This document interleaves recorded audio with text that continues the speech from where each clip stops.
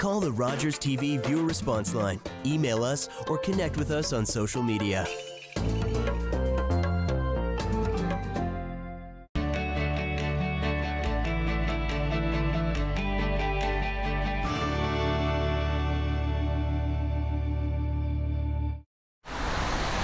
Are you the type who would keep going or stop? It's not easy to stop when you have an addiction. Legalizing cannabis won't stop addiction. It trivializes its consumption. Let's be vigilant. If you need help, visit portage.ca.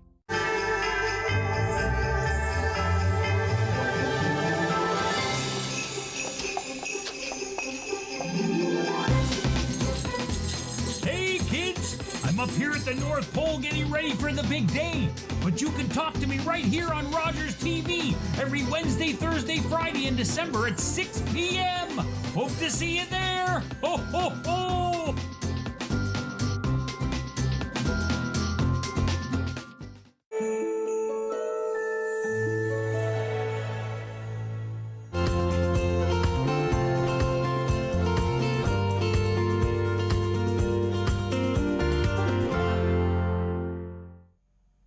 Hi, I'm David Shearman. Welcome to Rogers' special presentation of the Owen Sound Centennial. Over the next hour, you're going to hear from former mayors and you're going to hear from the current mayor. But before we begin, or as we begin, I want to welcome Richard Thomas to kind of set the stage as to why this is the centennial year for the city of Owen Sound.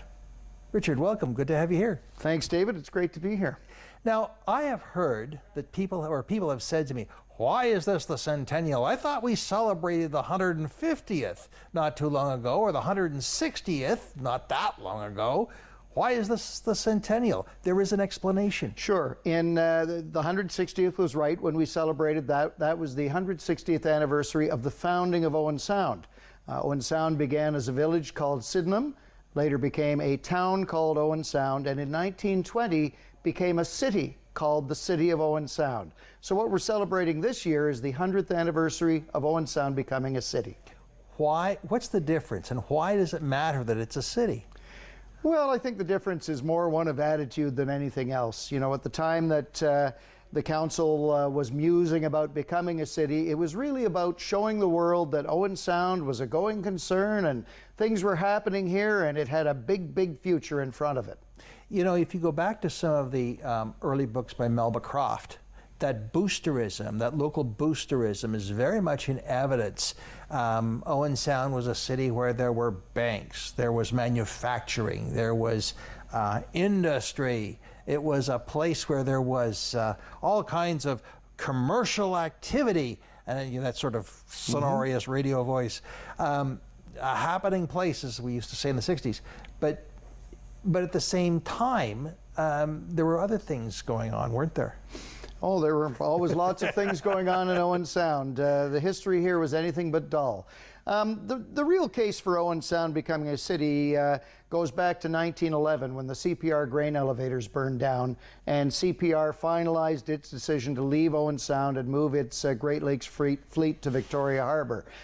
For the 30 years prior to 1911, Owen Sound was by all counts a boom town. It grew faster than any town in all of Ontario. It regularly had growth of about 180% on an annual basis. So it was a going concern, and it was, as it is now, the regional center for Grey County. That's always been Owen Sound's role. So when the CPR left in 1912, for once and for all, the city council of the day was faced with the question of what to do. How can we overcome this fallback that we've had, and where will we go from here? And there were many, many discussions. Should we build a new grain elevator? It took them until 1925 to actually finally decide to build the new grain elevator.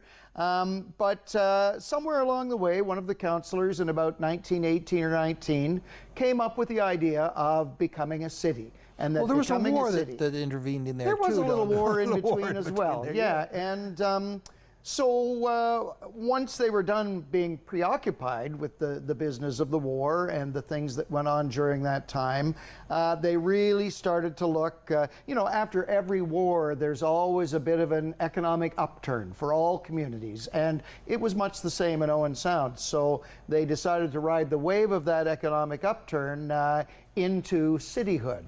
And in fact, became Ontario's 24th city. Were there any economic advantages to being a city? There were some economic advantages. Now, most of the economic advantages, of course, caused a rift, which existed right up until about the year 2000. And the rift was with the County of Grey, because up until 1920, Owen Sound was in fact the county town for Grey and was a member of the county council and had financial responsibilities to the county. And the county politicians really saw Owen Sound's attempt to become a city as a way to dodge its financial responsibilities to the rest of the county. And Grey County actively opposed Owen Sound's transition to a city, and there was a long and heated lobbying effort at Queen's Park by both Owen Sound and the County of Grey before finally Owen Sound was given permission to become a city. But the acrimonious relationship continued on. In fact, in 1986, when I moved here as a news reporter, I was surprised to learn just how difficult the relationships were between the County of Grey and the City of Owen Sound, because I covered both the Grey County Council and the Owen Sound Council. Now, as a historian, I recognize that a lot of the rhetoric I heard in 1986 actually started in 1920. That would almost be generational, wouldn't it? It was. It absolutely was. It was a case for some of Owen Sound being too big for its britches. And by gosh, they were going to take every chance to let Owen Sound know that it was too big for its britches. And there'd be sniping and political shenanigans and all kinds of things, I'll bet. I'll tell you, you can't go through a year in the newspaper archives without finding at least one or two examples of the county pulling funding for this or refusing funding for that until Owen Sound decided whether it would fund it or not. And that went on right up into the 1990s with joint projects. Yes, yes, and there's a huge amount of antagonism, and I dare say that without wanting to name names or let any secrets out, I still think there's a little bit of an undercurrent there, just a little bit. I think there's always an undercurrent, especially when things become generational like that. Yes. It'll take a few generations now for Owen Sound to be completely back in the good graces. Yeah. And now, given the record of the city, what would you say were the 2 or 3 big milestones that have happened in the last 100 years? Oh, golly, big milestones. Well, certainly having the CPR come here in the 1880s was the most significant single event to happen to Owen Sound. And in fact, everything else followed from there. Certainly becoming a city was a big event for Owen Sound. And then in the 1970s, and trust, I haven't gotten quite this far in my research yet, but in the 1970s, Owen Sound took part in a federal program which determined the city was economically challenged, shall we say.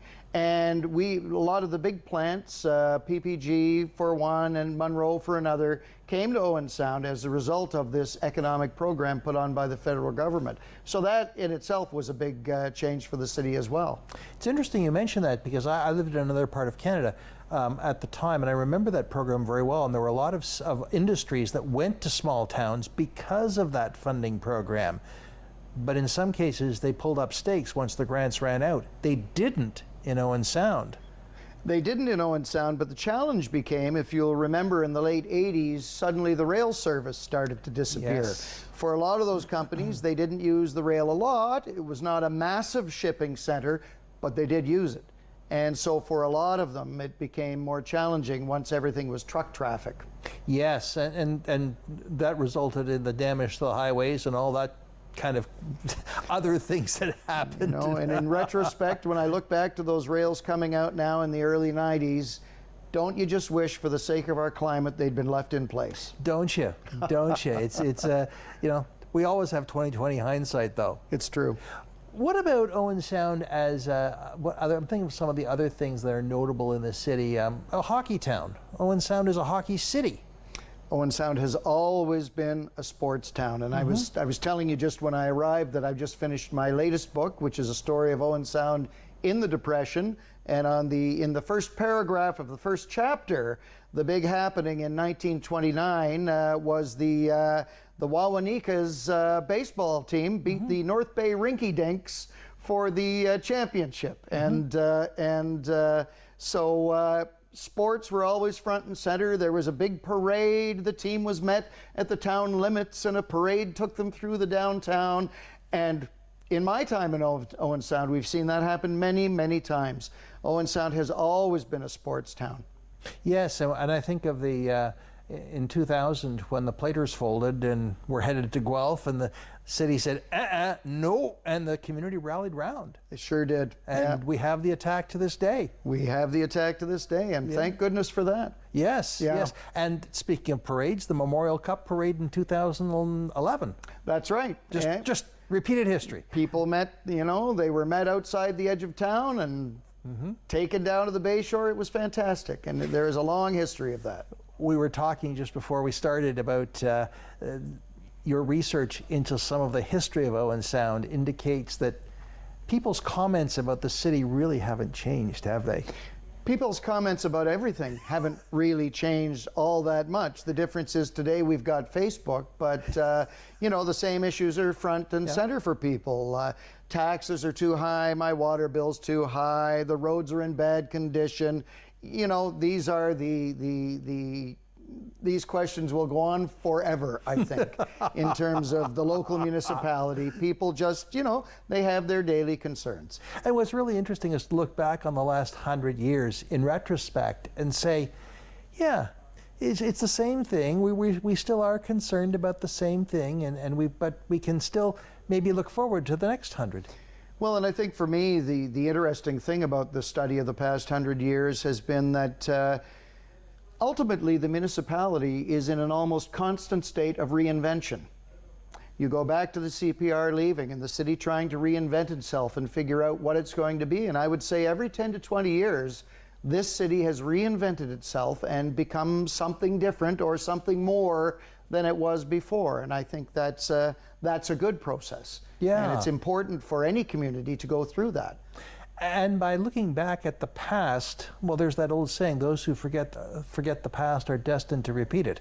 And I think there may be some truth to that if we, in this centennial year of the city, if we don't remember what was, we'll probably fall into the same traps all over again. Well, that's absolutely true. And as I say, a lot of the rhetoric is the same today as it was then. Yes. They just didn't have Facebook then to do it. It was letters to the editor mostly was what you got in the newspaper at that time. Right, right. Well, we're going to spend some time in the next hour talking about the history, talking to some former mayors and sharing their memories. And stick around. Join us. We've just started.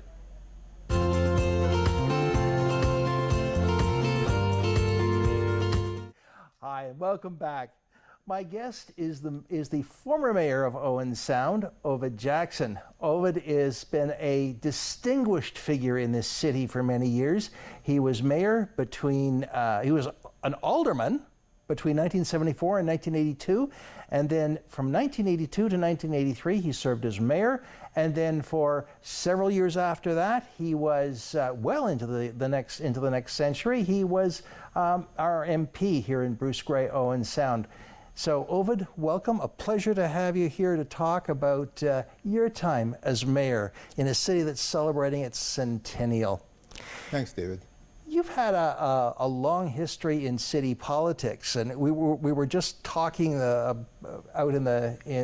outside before we started about you have the distinction of being the only mayor to have someone to have someone appointed. You actually appointed. Well, we did. The council mayor. did it. You never do anything by yourself. The council work with you, but if you don't know how to address the council, it could be a problem. Basically, what I did, if I had a strong point that I wanted to make, I would actually come out to the chair as mayor and go and sit and talk directly to the people because our meetings were televised. And I spoke directly to the people about what I wanted. So the mayor only has one vote, but some mayors say, we know why you're mayor and I'm the mayor and you're not, simply because there's only one mayor. But when you went to Ottawa. That's it. After 4 terms in office, I was first elected in '82. Yes. And then I stayed there until 1993 when I got nominated and went to Ottawa. So somebody had to replace you. Yes. And yes. how'd that happen? Well, you know, we had young Dave McComb and we had Stu Taylor, who you always know were ambitious, but Harry Henderson was always a stable councillor. There was 1 year left in my term, so the council made a determination that Harry was going to be the guy that would succeed me for that 1 year, and then the guys would fight for it after the next election. Well, in your time as mayor, what do you remember was the best thing that happened in the city? Well, I was fortunate because the city, to me, I said that I wanted to be the regional center, and what we did, every time I had a mandate, I had a list of things to do. I called them building blocks, and as soon as I entered City Hall, we started by computerizing the system. I was fortunate when I got to City Hall that the cooperators were leaving Owen, but they had 2 great buildings, the current police building and the old nursing building, the big, you know, they have the big building by the Bayshore. Yes, yes. Yeah, yes. before that, it was a cooperative building downtown. Right, yes. And those 2 buildings, believe it or not, belong to the cooperators insurance. Now, the police building, I went into the police, they had a building over by the old jail, and it was pigeons flying around, yeah, and it was not I thought, very you good. guys are out of here. So I negotiated with the cooperators.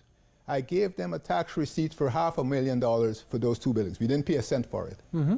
Yeah. Mm-hmm. So that was one of the things. Well, there, you know, so many things, and I was able to get these things going. The council was there with me, the people were there with me. We'd propose these things, and then we would process them either through the planning or what we had to do. Yeah. We had annexed lands. We had the new hospital coming up, and the hospital was built in the annexed lands, and that was a trial because the people on the hospital board didn't recognize that the building permit fee, which we probably might have given back to the board, is given to whoever owns the land. And Bill Murdoch, being a clever guy, kept that annexation date until they built the hospital and give him the building permit for that hospital. But anyway, that's another story. It was 401 beds, and it was a very modern hospital for the first time. Well, that's right, because when you see it now, it's nothing like it was, but it was originally designed of over 400 beds. 401, yeah. Yeah. I climbed up there. I sat on the hospital board for the first time just to see how the process went. It was a different kind of politics, but and I was on the board until David Peterson came and opened the board, the hospital. Yeah. Now, during your time as well, Owen Sound, as you said, had a lot of industrial expansion. Were there, and you talked about the trips that you made to promote the city. Yeah. Was that was part of your plan to? Well, we had industry, and as a city, the first thing we did was zoning. So we had to zone industrial lands. You zone industrial lands, and unfortunately for me, I spent, as I said, since '74 on the council. So I sat on the planning board and the police commission and the art gallery and the parks board, and so I understood the departments well. And some of the things we had to do was put the planning in place in order to have industrial development. What you do with industrial development is you move it away from houses. You don't want trucks driving through residential areas and so on. So when you plan it, you do it in that kind of direction. I sat on the Public Utilities Commission. The airport was something that we could have not done, but the problem was I couldn't get the cooperation with Wyerton. Like Wyerton would have been a much better facility. If I were the mayor of Wyerton, I probably would have made a deal. So, Mr. Mayor, if when the developer came in, I'd get him to Owen in a limousine, and then maybe we could have spent some city money there. But they always wanted a road as the crow flies, and I only had 2 or 3 year terms, so I decided.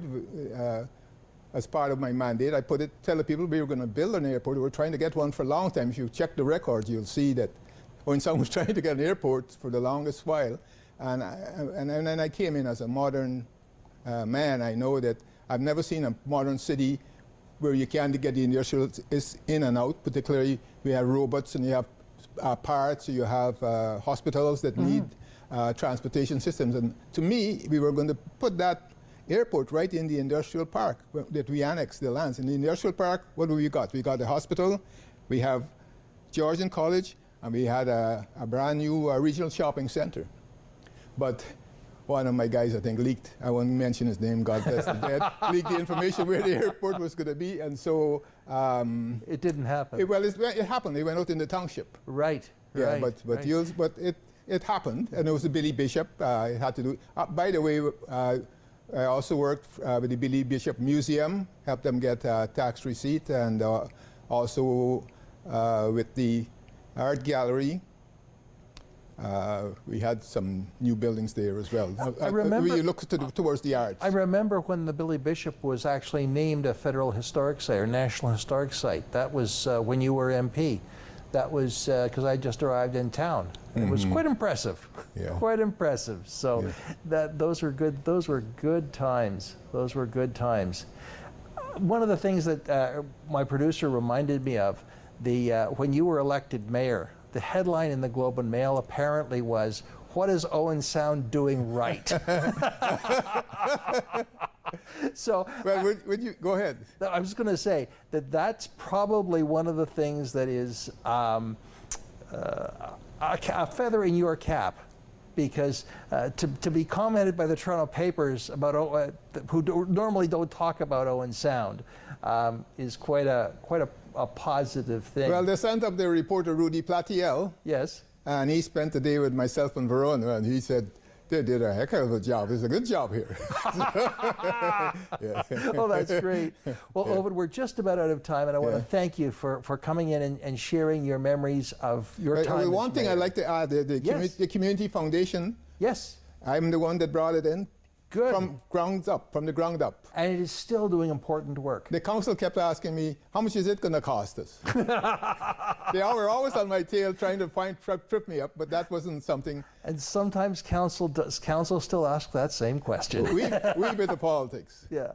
Well, thank you for joining us today and for telling us your stories of your time as mayor in Owen Sound, and continued best wishes and best of health to you. Thanks, you. Dave. Yeah.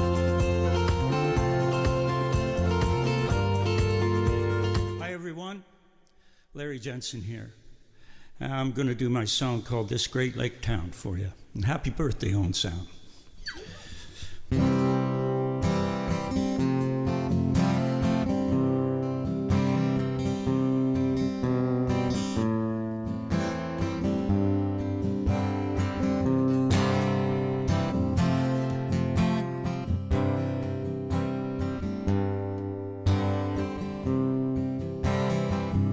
By the Great Lake water, there's a great lake town where the cliffs of Niagara weave through and around, where the green of the valley hugs the blue of the Sound, where it's hard and it's easy in this great lake town.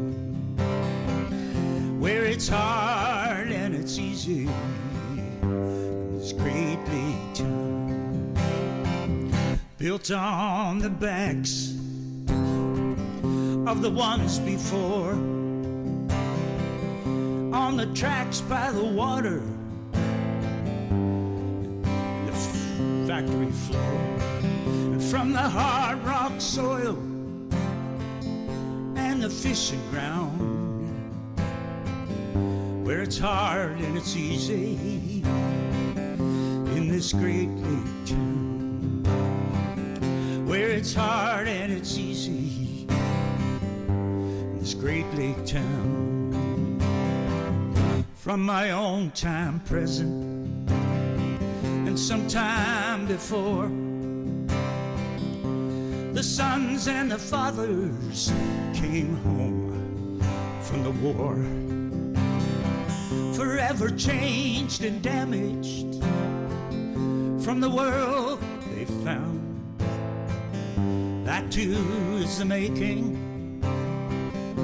of this great lake town, and that too is the making of this great lake town.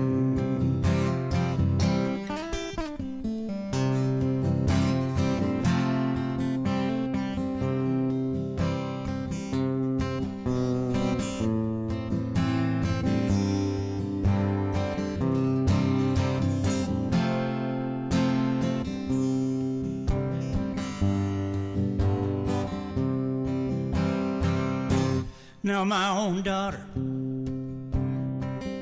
and her daughters and sons are by this body of water,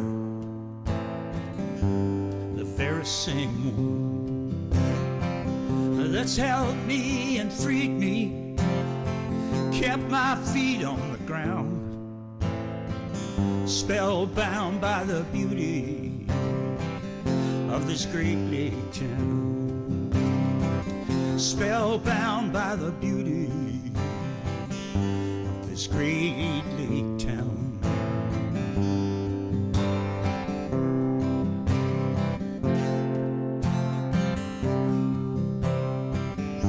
This great lake town.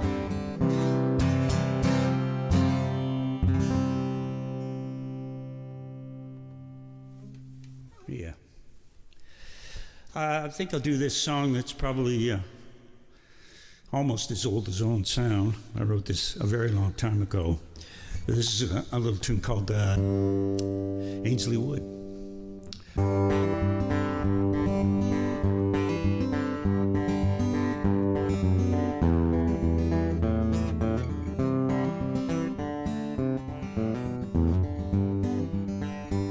Well, I feel real good out near Ainsley Wood.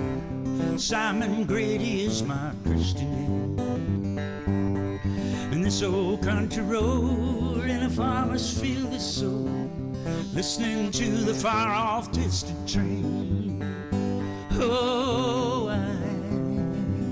I like the way this makes me feel. Oh, I like the way this makes me feel. This feeling's real down to my ear.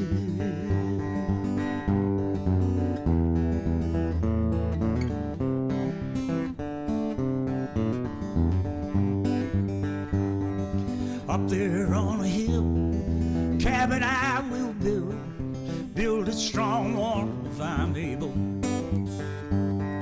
And while I'm buying goods, she's out there in the woods, just picking wildflowers for the table. Oh,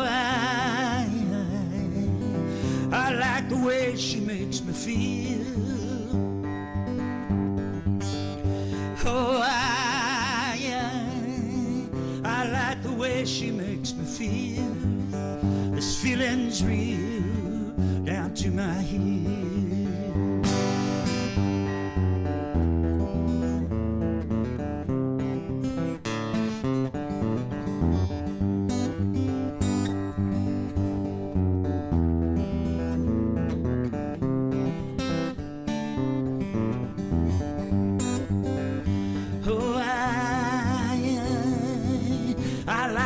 She makes me feel.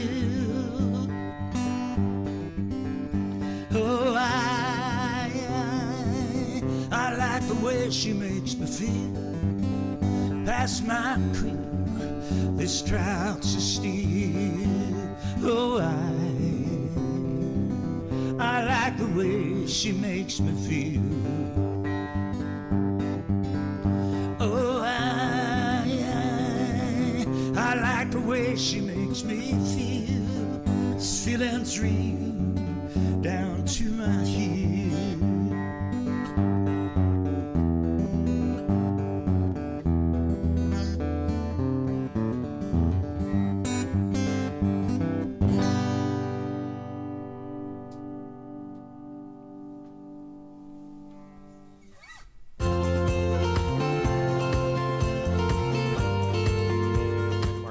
just filling in for David Shearman for this interview. And right now we have special guest, former Owen Sound Mayor Stu Taylor, who was mayor of Owen Sound from 1994 to 2001. He followed Ovid Jackson, I believe. Well, actually, Harry Henderson. Oh, that's right, Harry Henderson. The story was Ovid got elected to go to Ottawa in 93, and there was a year gap between to fill in before the next election. Instead of having an election, they decided council appointed Harry Henderson for that year. That's right. We knew Harry was not going to run again, and we knew Harry was a wonderful man, that he would do the city well during that period of time, and we could decide then who would run for mayor after that, and that's what happened. So basically, Stu, this is kind of a thing for you guys to reminisce about your time as mayor for 7 years in Owen Sound and what the good memories were and some of the big points that happened during your time as mayor. So what do you remember as being mayor? I think especially I remember the people, Mark. The people of Owen Sound were very kind to myself and my wife. You know, usually politicians don't fare too well, and maybe I was in a different era, and I'm lucky after watching Donald Trump and his imaginations on TV. But people were very generous in their support of me, both financially and morally, and they treated me well. They treated my family well with respect and dignity, and that's a big memory. As far as things that happened, there were lots of interesting things that happened. Probably the bringing the OHL to the city was the biggest thing that happened in my time. And it all happened because of a guy by the name of Dave McComb. And God bless Dave, we miss him terribly. But he called me, I was principal in Dundalk at the time, and he said, Stu, can you come into the office? We were both councillors, and I was chair of Parks and Rec. He said, can you come into the office? I've got a guy here by the name of Lou Kozowski. And Lou's thinking of bringing a Junior A franchise to Owen Sound, which happened to be the Kingston Raiders at the time. So I went in and we worked on it, Dave could not take the lead in it because he was going to be an assistant coach. So he couldn't take the lead, asked me if I would, and as chairman of Parks and Rec, I did. And God, we spent about 6 months, and my family did go through a bit of a difficult time. During that period of time, I had reporters from all over Ontario calling me day and night, didn't matter what time. But anyway, after a long haul, we were able to talk the Hallidays into coming up, and Bob's your uncle. We had a Junior A franchise. We never dreamt we would ever get a Junior A franchise. We hadn't even thought about it, quite frankly, and there it was. As well, there was a difficult time when Rob Holiday pulled a fast one on us, and I was driving down the 401. I was mayor then, I think. I was actually on the QEW coming from Niagara Falls. Said he'd sold the team to Cornwall. Well, then there's a long history after that of things that happened, and the people really don't know the true story of what happened. Someday I'm going to write it, word for word. What really happened is I didn't call for the third reading of the bylaw to the sale to Cornwall. Nobody even noticed, except for the clerk. Never said a word. A day later, he said, you know, it's not sold. And I think that was Tuesday or something. And anyway, the community, finding this out, really rallied, and they raised all kinds of money. They encouraged local ownership, which was great. I did have another set of owners that were very interested, the Primos.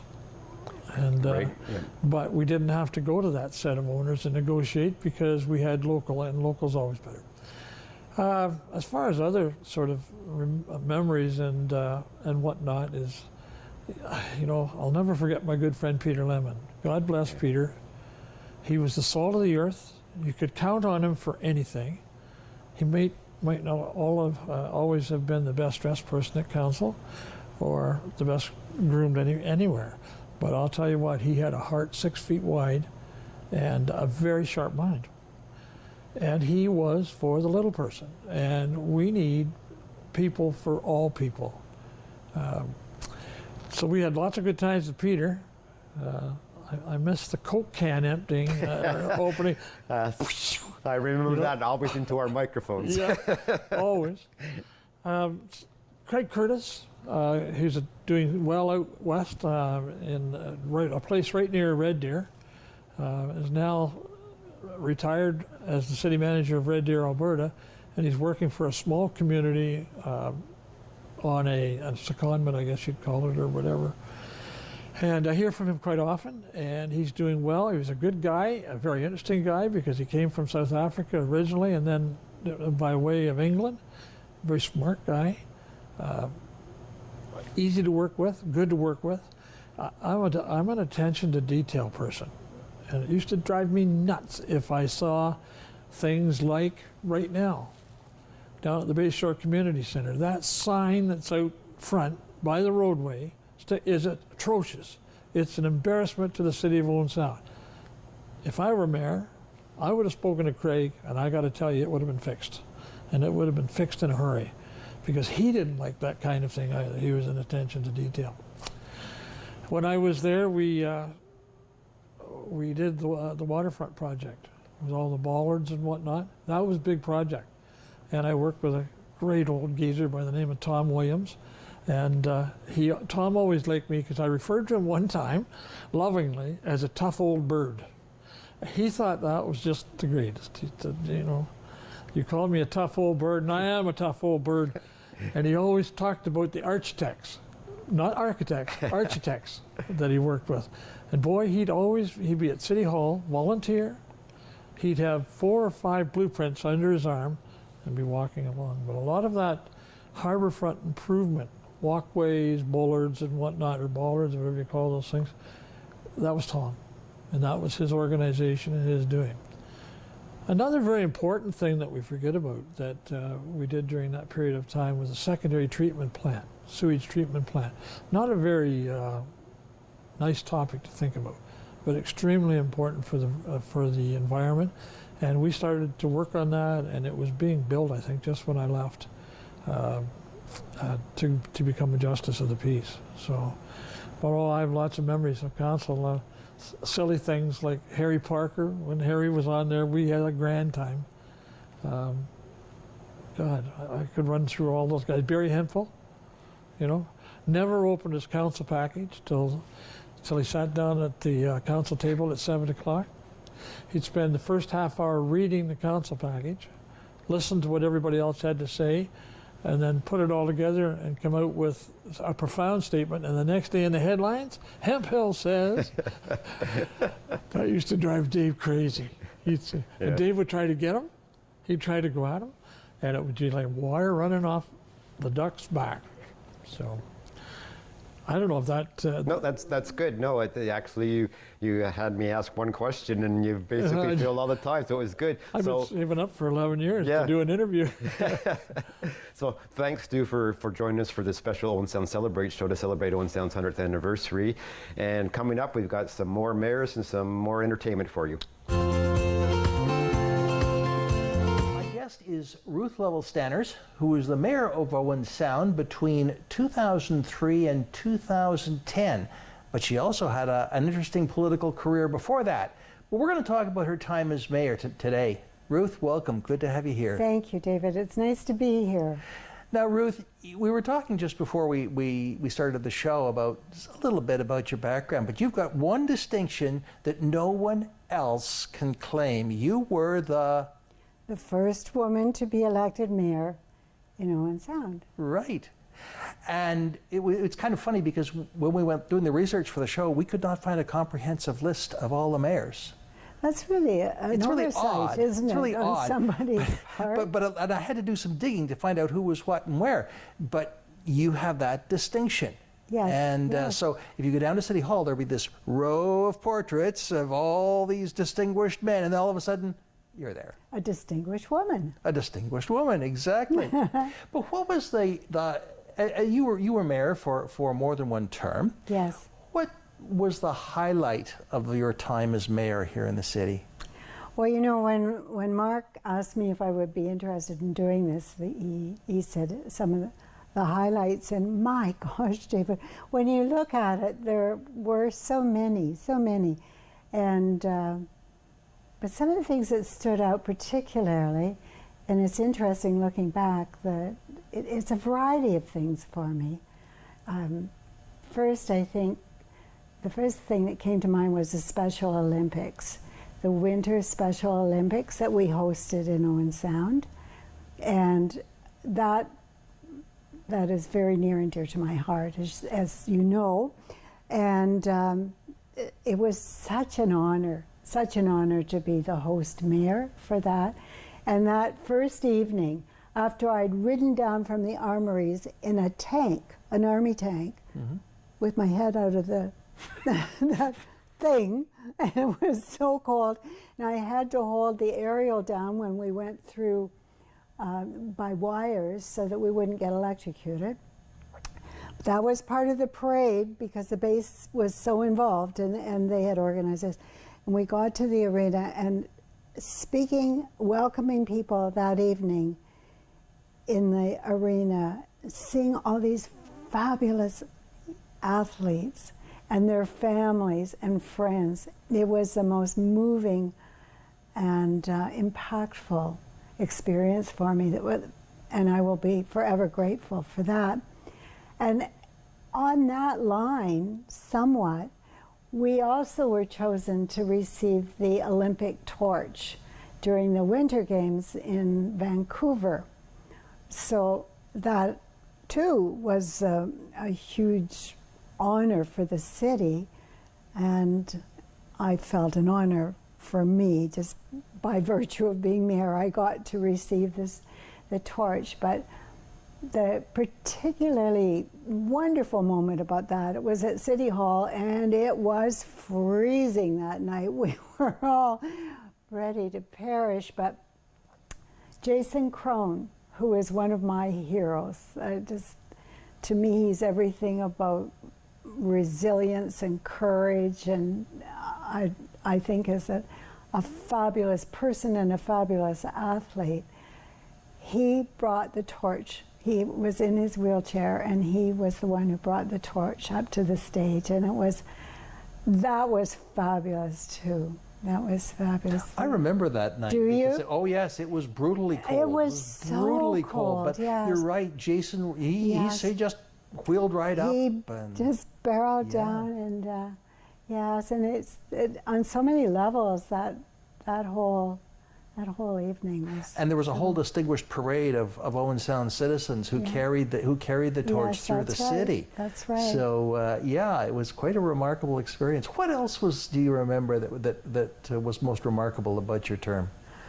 Well, I don't want to make it sound like I only remember parties, but there was one deeply moving time for me that has stayed with me, and that was at the time of one of the just before an Emancipation Festival, when there was a black man working for Hydro in Owen Sound, and he was beaten up on the main street. I remember that too. Do you remember Yes, that? yes. And it was horrible. Just to be told that this had happened in the city that I was representing. And he didn't have family here. He was in intensive care. And I was allowed to go and see him. And I stood by him, I took his hand, and he was conscious, and he was doing well, considering all he'd been through. And I said, "This is not who we are. Please believe me. This is not who we are." And then I was telling him about the Emancipation Festival, which was happening a couple of days later, and how Black history is important to us here, and how it just it broke my heart that he was suffering like this. And I told him that Dr. James Lawson was going to be speaking, and he is one of the people who was with Martin Luther King when he was shot. And this man said to me, he said, Dr. Lawson is my hero. And I imagine that coincidence. And so I had to speak at the opening of the festival. And I felt there was nothing to do but to acknowledge what had happened, because it was the elephant in the room. Everybody was aware of it, and I talked about it. And then I had an opportunity to meet Dr. Lawson, and I told him about Isaac and the man who was in hospital and what had happened and how he was his hero. And he said, I'll go and see him. And he did. He went up to the hospital to visit with him. And that whole experience was hugely moving, and it made me think there is so much good in this world at the same time as there's bad. And that's what we had to see in our community, that there is a balance of good and bad, and that it made this whole horrible experience for Isaac an experience where he could meet the person that he really idolized. That's really interesting, Ruth, and probably a story that we would not ever hear except from those who were there. So thank you for sharing that. That is a really good reminder that, there is, out of bad can come good, and sometimes there is just plain good. It's true. It's true. And well, thank you. I want to thank you for your memories, and thank you for your stories. It's always good to hear them, welcome. Especially from those who were there. Thank you very much for listening to them. Friends, we'll be right back.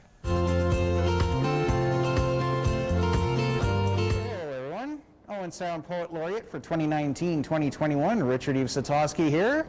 And I'd like to acknowledge that we are on the land of the Saugeen Ojibwe Nation as I prepare to entertain you with a couple of pieces of poetry.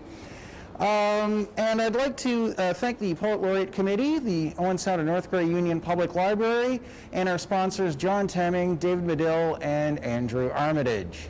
Okay, so here's a little something I call Show Me How You Live. Medicate me with stars. Meet me at the place where rising sun grazes earth. Pull a diamond from the coal sack nebula, but most of all, show me how you live. Convince me that a dove is more than a pigeon in a wedding dress. Find me a color lovelier than green. Teach me humility without humiliation. And show me how you live. Make the dog days of summer fetch my slippers. Make me not fear the blank page. Make me not fear the blank mind. Teach me the language of orchids. Let me spend 5 minutes as a dog to know true bliss. Show me how you dance the Lindy Hop with plutonium in your shoes. Write me a book more perfect than silence. Please me like the coolness on the other side of the pillow. Define the word home using an apple pie. Skywrite a sonnet with fireflies and show me how you live. Carry my words up to heaven on the smoke of this manuscript. Quell the cold winds that blow parents apart. Find a cure for adolescence that requires no drugs. Bear me on your shoulders like resentment and injustice. Pin the moon to my chest as a medal for making it this far. Teach me to frack love from the tar sands of my heart. Rip this leaden tongue from my mouth so I can spit rose petals. But most of all, show me how you vibrate and hum in a world that takes you for granted. Show me how you live with your halo up on blocks in the driveway. How you stare down melancholy till it whimpers. How you swim when life is colder than space. How you cling to love like a rain-soaked sheet. Show me how. Give me what you got. Give it to me till we run out of air, till we run out of numbers or words for beauty. And I swear, my friend, I'll do the same for you. And the next one is a little thing that took place in Harrison Park over the course of this summer. So this is based on a true story. This is Master Nasty for try to read through. Air kiss. The sun behind the clouds is a child hidden in the drapes with feet in plain view. Happiness is manifest today. That couple suffering each other on account of the kids, well, they bicker like gulls, and this rouses my smiles. I feel no guilt. I repeat, nothing will eclipse my happiness today. That old man on the bench, he knows it. He reads hope in the tiger stripes painted by that Burning Man Guinevere on his granddaughter's face, and thinks back to his brush-cut youth, where each new day was a bike you jumped on and rode till the tires blew. The little girl hands him her kite, that tame pterodactyl, then bolts to the monkey bars, weightless with laughter. Would you sell me the kite, I wonder? A storm's coming, and there's something I'm dying to try. All right, folks, thanks a lot, and see you in the new year.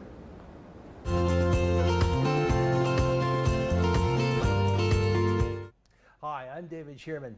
As part of the Owen Sound City Centennial celebration, we're interviewing a number of guest mayors, former mayors of the city. My guest is Deb Haswell, who was mayor between 2010 and 2014. Deb, welcome. Good to have you here. It's good to be here, David. Thank you. Now, you preceded my time on Politically Speaking, so you and I have never actually talked about what it's like to be a mayor and being the mayor of Owen Sound. That's interesting. Yeah, I didn't realize that. Which is kind of interesting because you've got a different perspective as well on this city and the the history of the city. Yeah. You were mayor of the city in a really interesting time when there was a lot of things going on. What were the highlights of your time as mayor in Owen Sound? Oh my goodness, you know, I was thinking before I came on the show, I was trying to put together some ideas, and some of the highlights that just popped right into my head was, the first thing that popped into my head was 2011, the Owen Sound Attack won the OHL championship, and they beat out the Mississauga St. Michael's team, and in Mississauga, in overtime, with a power play, and it was exciting. It was so exciting, and it was such a happy time. I remember I went out onto my front porch, and just as I stepped out onto my porch, a friend of mine and a former colleague, Jim McManaman, who was on council many years with me, he pulled up in his car, beeping the horn, and he rolled the window down and he said, "We won. What are we going to do?" And I just looked at him, I said, "Well, we'll have a party." And have a party we did. Sure, yeah, sure. Yeah. Well, I remember that myself because I could hear the parade coming into town, the bus, and there were sirens and there were horns. Yeah. I mean, by that time the word had spread that they won, but there's a huge mood of celebration in the city. It was great. It was so fun, and it was, you know, the young players on that team were so touched by the community's support, and they were so touched by all the way along Highway 10. People were coming out onto the highway and timing when the bus would be coming by and waving and beeping horns and flashing lights, and the guys were so excited. They were so excited, and we filled the Bayshore Community Center on the spur of the moment, and big credit to city staff, because I thought, oh, we should just maybe make the foyer available. No. And they kept saying, oh, Your Worship, could we just take the whole Bayshore? And I said, well, if you think, and holy, it was packed. But there are other celebratory moments in your term as well. Yeah. What are some of those? Yeah, another one that's it's not hockey related, but it is related to our built heritage.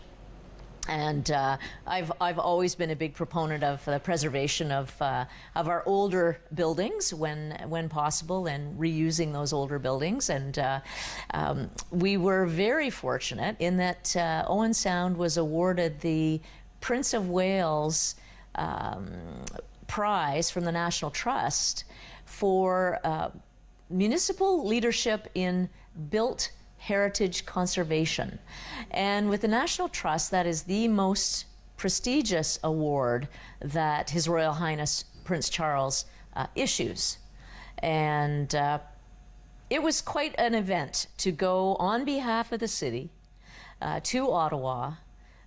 His Royal Highness was tapped in by a video and made a speech, did the presentation to us, and it was a very exciting evening and a very exciting event, and really shone the light on Owen Sound and what we were doing with our built heritage and how we were doing our best to preserve what we could with our own built heritage. So it was a wonderful night for the city, and it was great for the city to be recognized that way. And of course, always an honor to represent the city in any capacity. Sure, sure. Yeah. This will sound kind of strange, but I'll give you another legacy of yours, which actually is playing out today in this particular time. Do you recall the road trip to Woodstock? Yes, that was really neat. That was really neat. And just to remind folks, there was a small group of people, mostly who were working all of whom were working in the nonprofit sector, and you went as well, kind of leading the delegation, and you did a tour of the city of Woodstock and looked at their how they were helping the people who were disadvantaged in the community. And when you came back, you brought together, everybody came around the table, and all of a sudden they realized, oh, we really do have to work together on this. So if there is a bit of legacy, it is in this time of COVID, things like Safe and Sound, OSHARE, Salvation Army. Yeah. So anyway, lots of other good things, and I'm sure we could spend a whole hour talking about this, Deb. It's fun. There's so many fun things. Aren't there? Is there one or two other highlights for you of your career? Sure. I mean, another again, a fun thing was the rivalry that Hazel McCallion, Mayor of Mississauga, and I had throughout the OHL Robertson Cup Championship Series. There she is, Yes. And the connection to Owen Sound, Hazel and I did a lot of work together. At the beginning of my political career, she was a real mentor for me, and we had a lot of fun at the Association of Municipalities of Ontario. We did a lot of work together. She is the chair of the Large Cities Caucus, and I was the chair of the Small Urban Caucus. So we always had a lot of fun bantering back and forth, and we really were in each other's corners quite often. So a great friend, and interestingly enough, not only is the city of Owen Sound celebrating 100 years as a city, but Hazel McCallion is turning 100 also this year. Yes.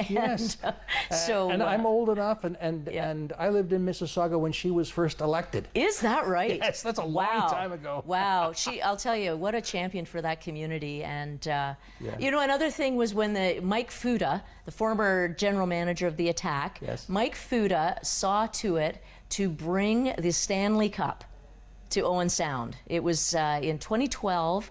The Los Angeles Kings had won the cup. And Mike had fond memories of Owen Sound, and called us up and said, you know, what do you think if I bring the cup to Owen Sound? Of course, I said, well, absolutely. And it was a great day. He brought it up in a big limousine, and my niece and nephew, interestingly, they were quite young. They were more interested in the limousine than the cup, but everybody lined up behind City Hall at the old Market Building to see the cup, and had their pictures taken with it, and that was a fun day too. So lots of it's all that camaraderie and seeing the community come together over something fun like that. So, well, thank you, Deb, for your memories. It's always good to hear them, and to remind ourselves there's lots of good stories in this city. Oh yeah, so many. Thank you. Happy 100th anniversary to the citizens of Owen Sound. We're lucky. We get to celebrate a couple of anniversaries. 1857 was the founding of our town, but this year we celebrate our town incorporating as a city, becoming independent from the county. And like now, the world was suffering through a pandemic back in 1920. While we've had to forego many of our planned activities this year, we're pleased to be able to do the fireworks and do tonight's presentation. On behalf of Council, thank you to everyone who participated in this special party. I thank Owen Sound's past mayors for taking time to share stories and memories, our historian on council, Richard Thomas, for speaking to Owen Sound's history and why we're celebrating today,